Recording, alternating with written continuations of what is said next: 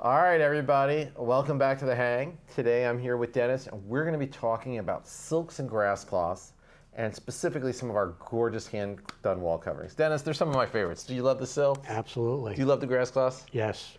Well, I'll tell you what, you guys, we've talked before about shading, we've talked about paneling, and how these gorgeous natural grasses and silks are going to have slight variation.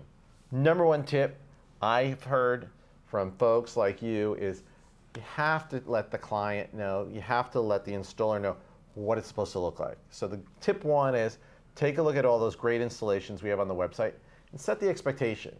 So there's hundreds of wall covering installations on the Philip Jeffries website. Check it out, and again, please make sure before you start, you set that expectation of what it looks like. Two, you've jumped into the silks, Dennis, and some of our silks are so artisanal, our silken alpaca grasses, our stardust silks. Sometimes with the silks, and occasionally a thick raffia, you might have a slight variation off the bias because they're hand woven. What do you do in those situations to minimize the effect of those small bowing of the yarns? Well, like any other grass cloth, you're going to look at all of the material. Mainly the shade, first of all, and also if there's a bias that's running out somewhat.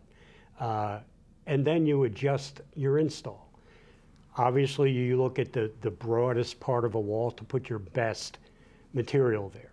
Then as you get to the corners where your pieces may be narrower, which may eliminate a bias, or you're coming into a door frame or a window and only using half the sheet, again, may eliminate the bias. So it's all a matter of, again, engineering the room, working with the material that you have, and making it look as best as it possibly can. I love it. So to wrap up, everybody, one, share the installations to set the expectation, and two, set the room from the very beginning.